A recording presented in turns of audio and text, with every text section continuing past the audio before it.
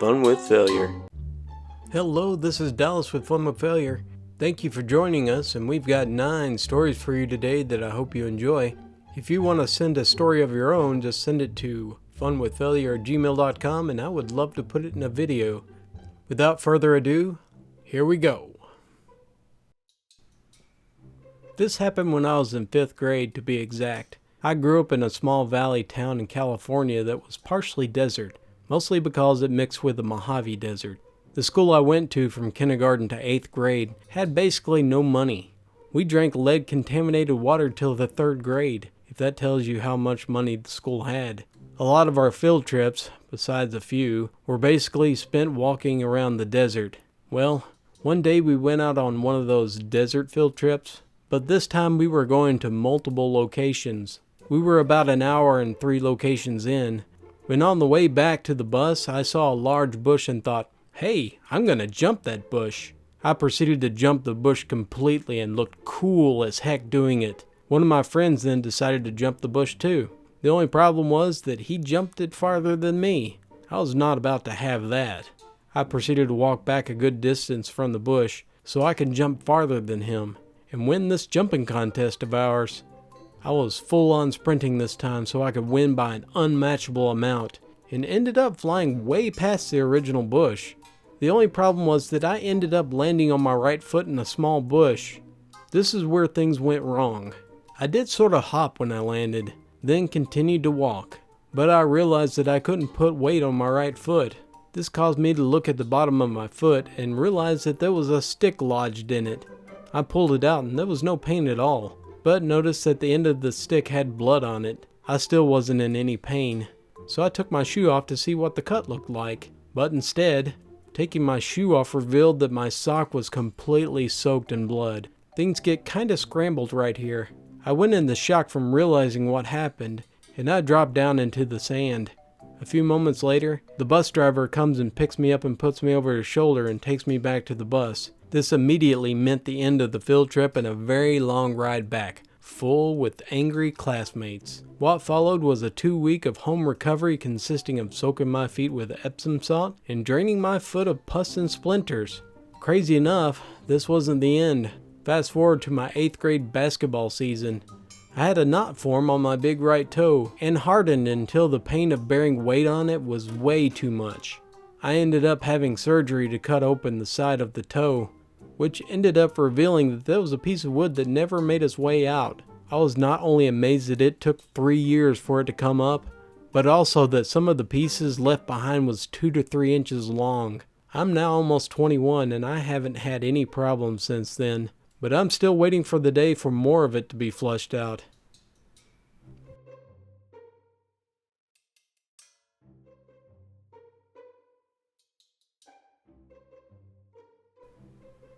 I've always had bushy eyebrows. A few years ago, I went to the barber and after the cut, they asked me if I wanted them trimmed. I said sure. Every month or so, I keep them trimmed down to 5mm. It makes them less heavy and I look more youthful. I recently purchased a new beard trimmer. It's rather good, but unlike the old one, it only has even numbers. Here recently, I was trimming my beard line to 0.4mm. While doing so, I came to realize I'll have to pick a new length to trim my eyebrows. I reflected a few moments and realized that 6mm would do. Now with the beard line done, next, I thought, hey, I'll try this on my eyebrows now. Now, smart me sees the 6 in the 0.6mm and ignores the fact that the 0 is in front of it, and without hesitation proceeds to trim my eyebrow. I now have one eyebrow. Now I look like a relic from a lost civilization.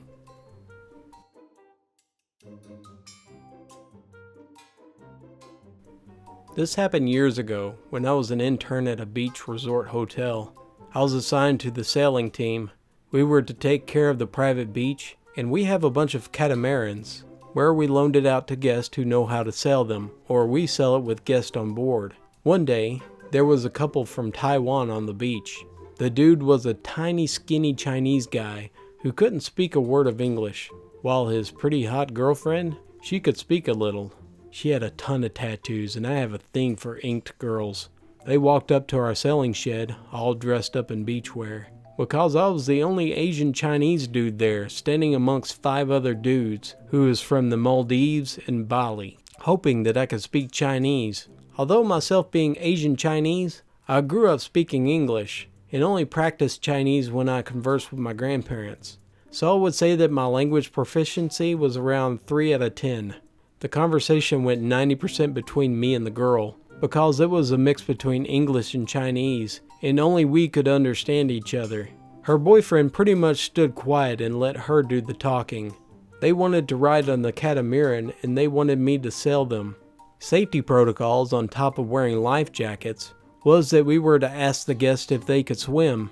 If they can't, we usually don't allow them on the catamarans just in case it capsized.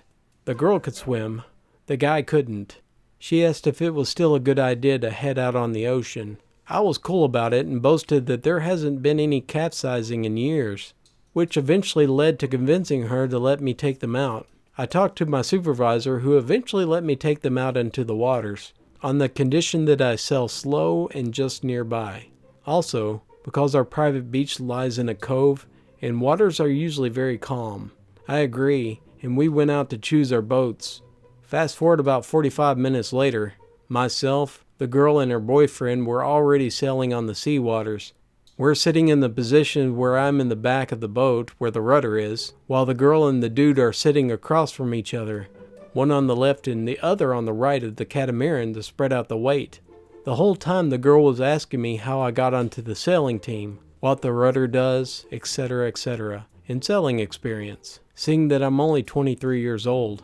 Naturally, I wanted to look cool while sailing, wearing my wetsuit with Oakley sunglasses, and also I boasted a little.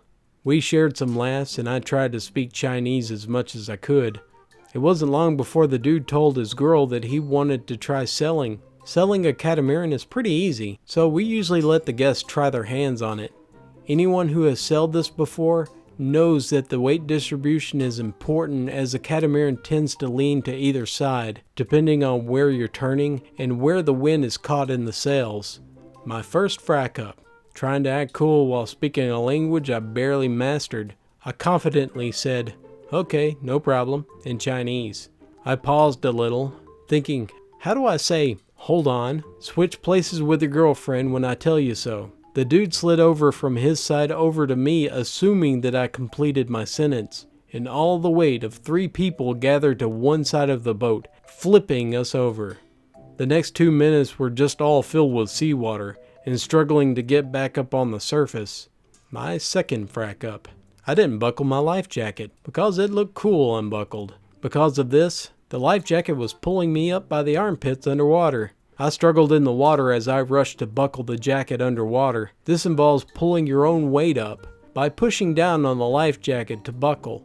To top it off, there's an underhook buckle, where it extends from the back of your life jacket, in between your legs to buckle in the front. I gave myself an underwater wedgie pulling the buckle from between my legs. It hurt like heck tugging on the strap, which ran through my butt crack and squashing my family jewels in the process. I located my guest. The dude was hanging on to his girlfriend like a monkey hugging a tree. I swam up to them and told them everything was okay, and apologized profusely.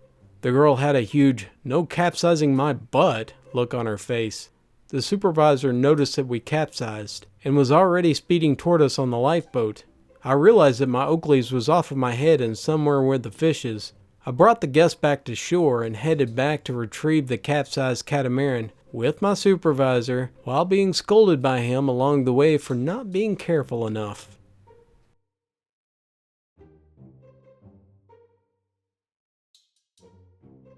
This happened a couple of days ago and it's still affecting me. So, I was working in my home office on a bid for a new construction project. I'm a project manager. It's a $50 million project and there are a lot of details. It's a healthcare facility, which has a lot of regulations.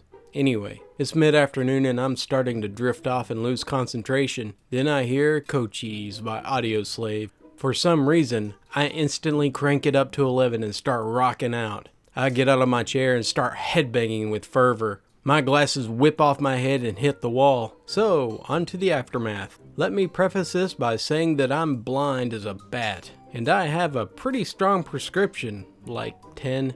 So I finally found my glasses broken into several pieces. Normally, this wouldn't be the end of the world because I have contacts, but it's allergy season and they are really irritating to the eyes. Additionally, I woke up in the middle of the night on Wednesday with a stiff neck and had a tough time trying to get back to sleep. Our bid was due yesterday and I oversaw the leading of our team meeting. Needless to say, I was a mess. My eyes were all red and puffy, and I had a tough time looking down at the numbers, and I was completely exhausted. To make matters worse, I screwed up a few of the lumber takeoffs, and I'm getting emails from my boss who wants to have an impromptu meeting this afternoon. Plus, I'm still having problems sleeping. Fracking audio slave. Anyways, I'm pleased to say that I did not lose my job, but I did get pulled off the project. I was reassigned to a smaller project with some of the other frack ups. Basically the B team of construction. This will most likely affect my year-end bonus. Oh well, live and learn. And audio slave.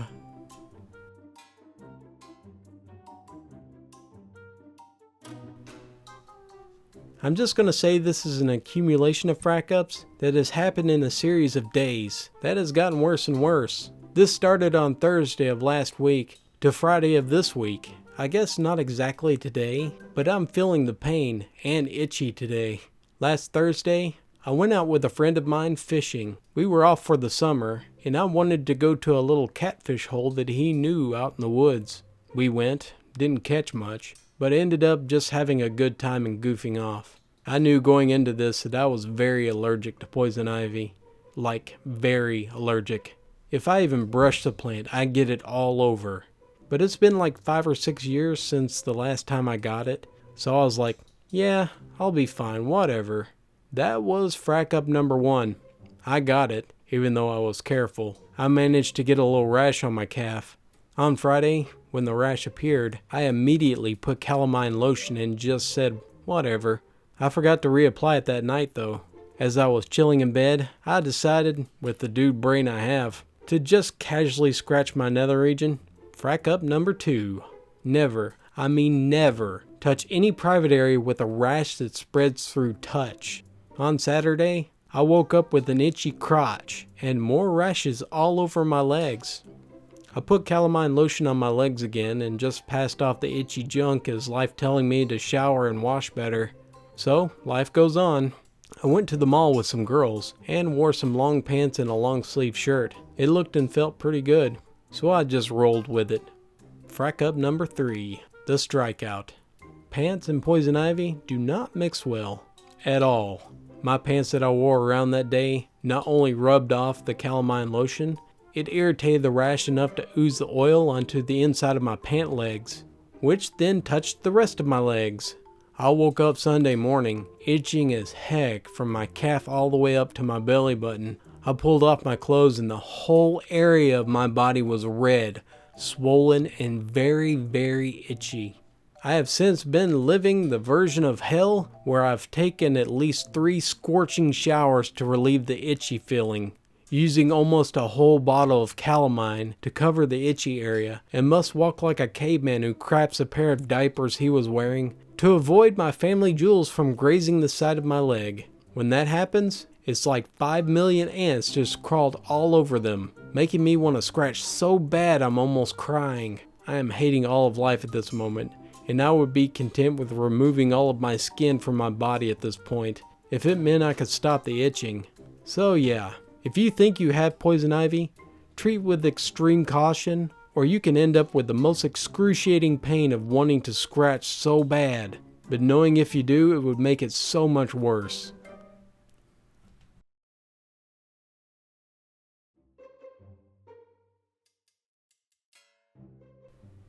Many moons ago, while I was still in high school, we went on a field trip. It was my senior year and I was a bit of a slacker. I was taking some random science class to get a credit I needed. Advanced geology or something like that. Anyways, we went on a field trip to go looking for some rocks to bust some geodes. We were encouraged to bring our own lunch, as we may not have had the time to stop for food somewhere. Well, as fate would have it, we found time to get lunch somewhere, and I no longer needed the lunch that I brought with me from home. Not only did I have food that I wasn't going to eat, Several of my comrades ran into the same predicament. The only logical solution we could come up with at the time was to start throwing our lunch items out the window at oncoming traffic. A handful of us at the back of the bus was having a grand time making a game out of it. We would see who can hit the most vehicles with random lunch items. It was pretty entertaining and required a bit of skill. After about 10 minutes or so of shenanigans, I got down to my last item, a squishy banana. This banana has seen better days and was likely best suited for banana bread. It found its way in my hands at a really opportune time. As I look forward, a big yellow dog, aka school bus, happened to be coming our way. I lined him up, timed my toss, and whammy splat! I annihilated one of the driver's windows. It was loud, and I was proud. The entire bus had caught on to the shenanigans and caught the action and the noise that followed soon. Everyone laughed and thought that it was the funniest thing ever. Then we got back to school.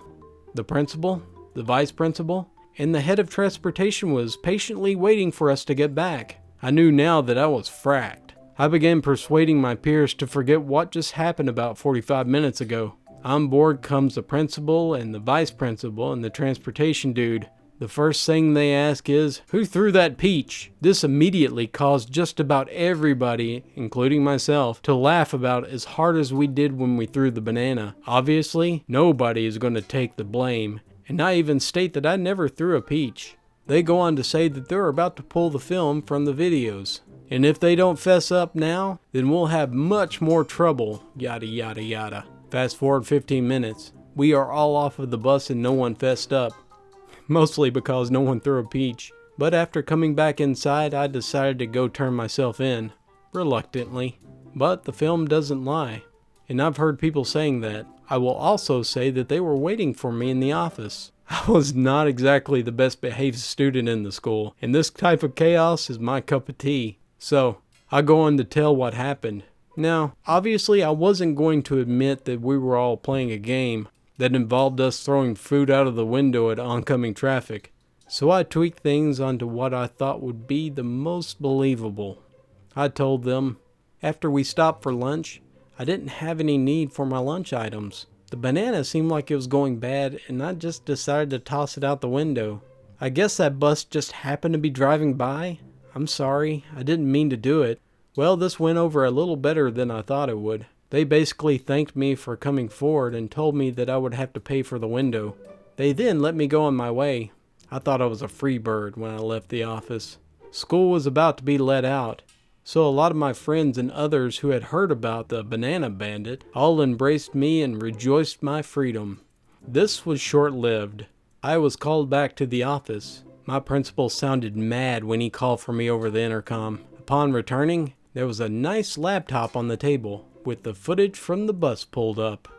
This is where it gets interesting. I basically got asked all the same questions over again, and I'm just like, okay, you got me. Maybe it wasn't an accident. Remember, film doesn't lie. And the videos from the bus are surprisingly pretty good in quality, and this was about 8 years ago. Basically, you see myself and my buddies all in the back 4 or 5 rows tossing crap out of the windows, laughing, and so on and so forth. Then, you get to the banana. I am on video getting everyone's attention, and you can see me scoping out my target. I essentially say, "Hey everybody, look how much of a butthole I am." Then I toss the banana. You can hear the splat, and everybody in the back of the bus ducked down and are nearly falling onto the aisle with laughter. Now, my principal and vice principal, who put up with my shenanigans on a daily basis, were red in the face and ready to explode. However, the dude that oversees transportation for our school is actually somewhat entertained and impressed. This caused a bit of a rift between him and the principals, which was hilarious. They were sick of my crap, and they didn't find any humor in it. The dude thought that it was pretty entertaining, despite all the safety risk involved. I got suspended for 3 days, suspended for a football game, and wasn't allowed to go on my field trips for the rest of the year.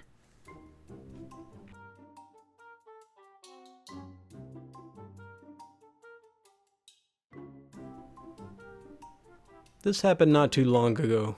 To preface, I lived in Canada until a couple of years ago. Back then I'd spend much of my time in the summer working on various things in the backyard. I'm Asian, so I'd get tanned, but never once got burnt. So earlier today, I went hiking in the mountains with some of my family and friends. Everyone was putting on sunscreen and I was like, nah, I never get sunburnt anyways. It took us 3 hours to get on one of the highest peaks in Taiwan, just around 3,400 meters or 11,154 feet. Fast forward a few hours later, I start feeling itchy on my face and neck. I thought they were just mosquito bites. No big deal, right? After supper, my dad asked me if I'd been drinking, because apparently I was having the Asian flush. Naturally, I went to the washroom so I can use the mirror and see what he was talking about. Turned out that I have been badly sunburnt. My face looked like a baboon's butt, and the rest of my body looked like I lived in Mississippi my entire life. No offense. It finally dawned on me that the only reason why I never got sunburnt in Canada is because I lived in a high latitude and low altitude place, not because I'm more immune to sunburn. I'm now sitting here typing my TIFU with aloe vera lotion on my face and upper body. Got myself some sojo, Korean wine, so at least now I have a real Asian flush and my face doesn't look nearly as burnt.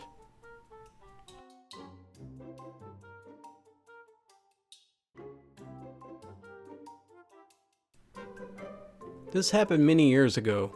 Now for the backstory. When I was 12, I was working after school at a pet shop, and instead of money, the owner used to pay me with animals that nobody wanted. My first ever payday, I brought home 2 Siberian dwarf hamsters.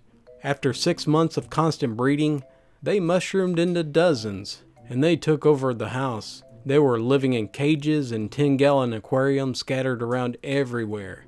The upkeep involved in changing the bedding for all of them became a full-time job. Almost every day I would be either feeding or watering them, and would uncover a fresh nest of full and wiggling pink baby dwarfs. Everyone we knew ended up with a pair of them. And soon even the pet store where I worked refused to take them for free. Trying to name several inbred hamsters who looked exactly the same proved impossible. Only the most unique, deformed, and recognizable hamsters were named. Apart from the hamsters, there was a chinchilla that I earned one week. This thing was a crazy demon of an animal that never let us sleep. At midnight, every night, it would start turning circles off the walls of the cage like a NASCAR driver, and it wouldn't stop until dawn. It sounded like someone was breaking down the door with a metal garbage can. Besides the chinchilla, there was 2 lovebirds and several parakeets. I also had a tank with a turtle, several frogs, toads, and a bunch of snails, fish, and even a crawfish living in it. Lily was a huge hingeback tortoise that walked around the house and slept under my TV. There was also a Yorkshire Terrier pup living in the house which belonged to my sister, and an iguana that was a real butthole. 2 chameleons that I ordered from a Boy's Life magazine.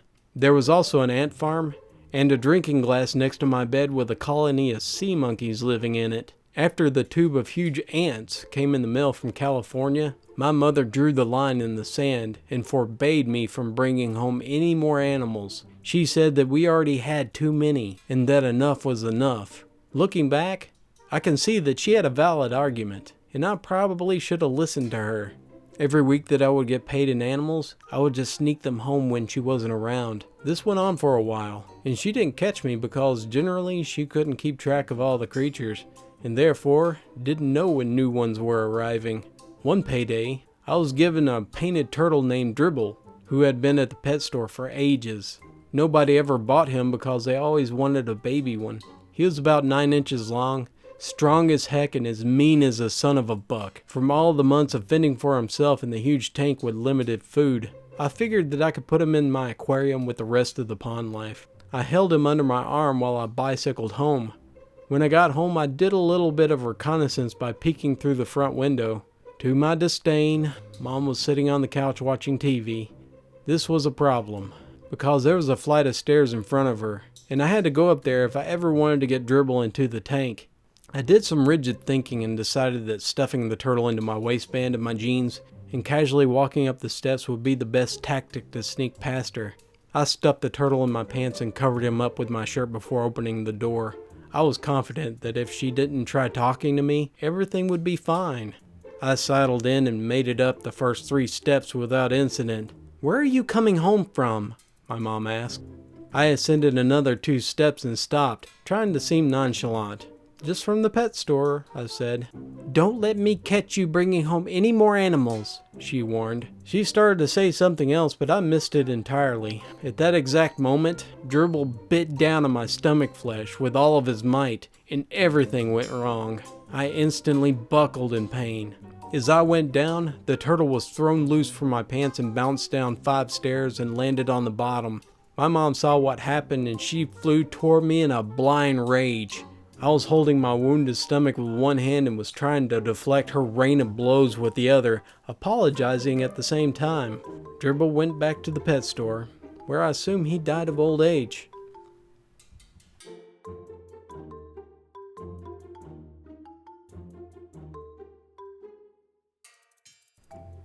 To clarify, I'm not in the US, so our definition of principal and deputy aren't the same. So me and my classmates were often left on our own by the teacher. As you'd expect, we got bored. And being young, we'd do the usual office chair jousting and whatnot. One day we were surfing the web and looking for stupid websites to keep us amused, and we came across this horrendous, yet glorious, mess of a website for a car leasing company. I'm pretty sure you can guess who it is. I'll leave that to you. We carry on perusing it until we spot that they have a live chat. Bingo! Now, we aren't taking this website seriously, and we all thought that it was a bot, and fueled by our adolescent idiocy, decided to mess with it. Here's a conversation that follows. "Hi, my name is Bot. How can I help?" "Hi, I'm Mike Latoris. I'm looking to lease a car." "Sure, Mike. Anything in particular?" "Something with a big truck." "Perhaps an SUV then?" Wagon? Good thinking." "Okay, but please refrain from using language like that, or I will have to end the chat."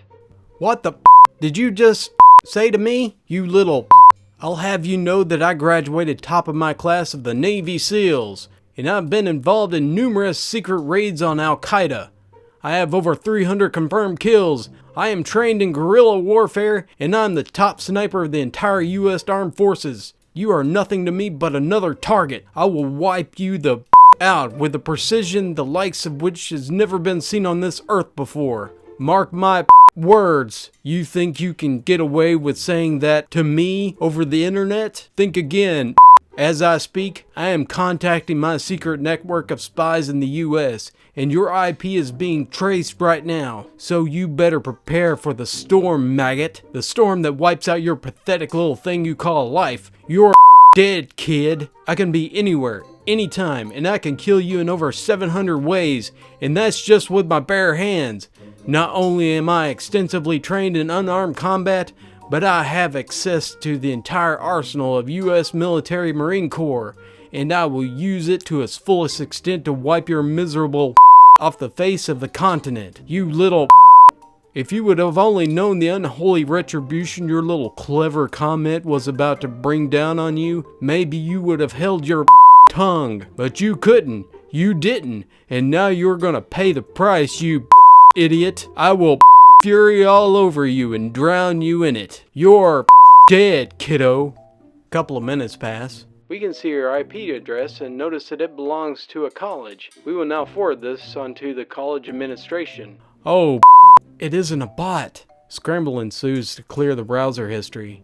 I pull out the network cable, shut down the computer, like it would make any difference. We agree not to talk about it and hope that they were just trying to scare us. A week passes. We're sitting in class. They were obviously bluffing. We were all thinking it's blown over. The head of the department, my tutor, and the college deputy walks in. "Mr. So-and-so, follow me." I make the walk of shame to the principal's office. Then I'm set down at the table with the load of people I've never seen before. It turns out that the company emailed the entire conversation directly to the principal, and it was forwarded on to every member of the college administration. The IT support team then looked through everyone's internet history to find out who visited the website, and of course, I had. I was in there for a couple of hours, the highlight being explaining what the Navy SEALs copy pasta is to the college principal and administration team. But despite taking all the rap, somehow I wasn't suspended, but was watched constantly for the rest of my time in college. I had to stay after college for a few weeks. Still, it's safe to say, that was one of the dumbest things I have ever did.